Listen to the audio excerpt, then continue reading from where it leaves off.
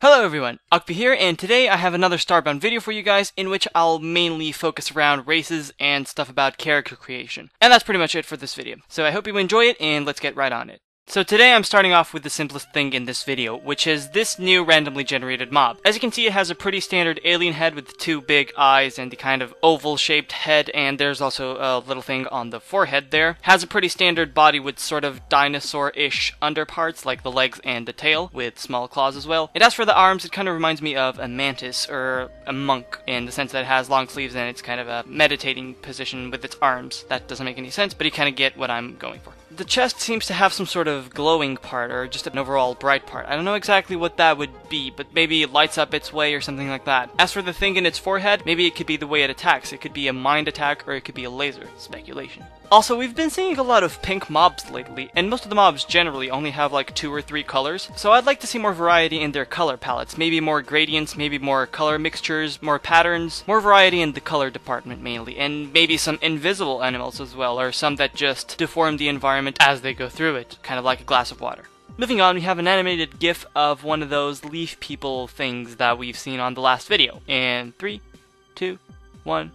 there you go. And some people were disappointed by this because they kind of wanted it to be more on the cute side, some of them, but some appreciate the kind of eeriness of this one. It has a very devious face, and as you can see it has some spikes on its garments and stuff like that, and parts of its armor look like leaves, like hard leaves, whereas its actual body looks a bit like cabbage. That's kind of what it looks like. Some people also mentioned that this kind of looks like an insect, so if these were insects, which is kind of interesting, and by the mouth and by the eyes it does make it look a bit like it's an insect, so we could potentially call these, instead of leaf people, just like nature people or something like that. For the following 3 screenshots, which will end the video, I will be talking about stuff pertaining to races. So first of all, we have this screenshot right here of a leaf male during the nighttime and it's raining on a forest. So this just gives us a first look on how the males would look. So as you can see, it has very leafy hair and it kind of extends onto his chest, which kind of looks just like armor. And it also has a purple bit on his wrist and on his feet. So that's kind of like his clothing as well. It's the leafy bits as well. Which could indicate that an option of their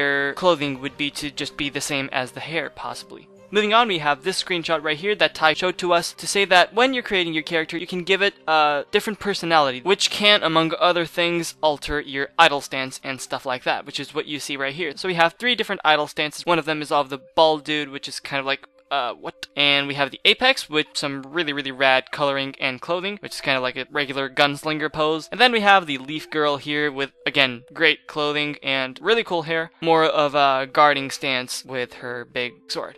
Also, as for this image right here, really cool image. We have presumably the sun shining through the other layer of mountains on the horizon there. We have some pretty stars, and we have a very interesting type of canyons and cliffs on the background, and there's a little bit of grass there, which is kind of cool. Kind of reminds me of Hyrule Field in Twilight Princess, where there's just random bits of places that you can't reach. As for the ground, it's just a rocky dirt, which is very nice, and random circles of stone. And also the little hut they're in looks very nice. Finally, for the last screenshot pertaining to races and customization, we have this big screenshot right here featuring a bunch of people. And first of all, let's go in order. We have a leaf girl right here. As you can see, she has the head and the hair that we've seen on the last video. And her clothing is pretty much standard. There's some sort of top with a bit on the belly, and then some shorts and shoes. The shoes have the same color as her wristband and her hair. And she's in an ice environment with puffy pink trees on the background. Then we have a normal human. He has jacket, shirt, and jeans, and pretty interesting hair, kind of messy. And he's in a place with pink grass and purple dirt, and the background behind him kind of looks like hay or something like that. It looks very like dispersed and stuff like that. Next up we have an avian with a very cultural outfit, sort of like a skirt-ish and weird Egyptian-like top, and the place is quite snowy, still puffy trees in the background, and a new type of puffy tree in the foreground with bits of stone that look really nice. Next up we have an apex, and he has a very Star Trek-y outfit, and the mountains in the background look really smooth and very interesting, and the color and the type of block that he's on right now is new. I don't think we have seen that before, which is very nice. And finally we have the epic trees and a pink and purple grass and dirt place, and we have this girl with a normal top, a jacket, and normal pants, and a very nice ponytail thingy. And then we have a black square. I don't know if this is supposed to mean like, ooh, we have more stuff coming soon, or if it's just, okay, we don't have enough screenshots to fit in. But that's it, and that's all I had to show you. And also, as you can see, they all have different stances and stuff like that.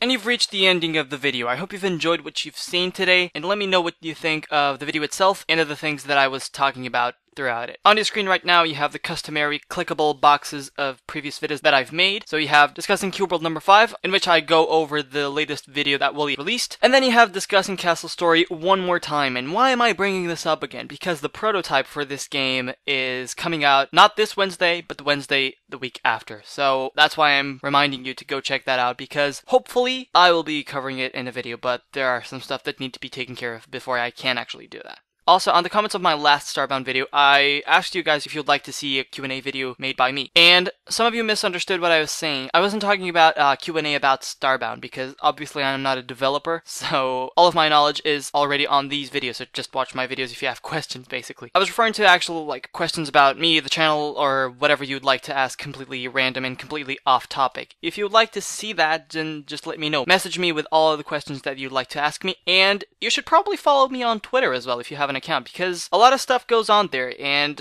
some of the times I may ask for your opinions on what to do, and I use it to talk to you guys if you want to, and just use it to just say stuff, and you can be a part of stuff. Yeah. So yeah, until next time, thank you very much for watching one more time, and I'll be seeing you on my next video. Goodbye!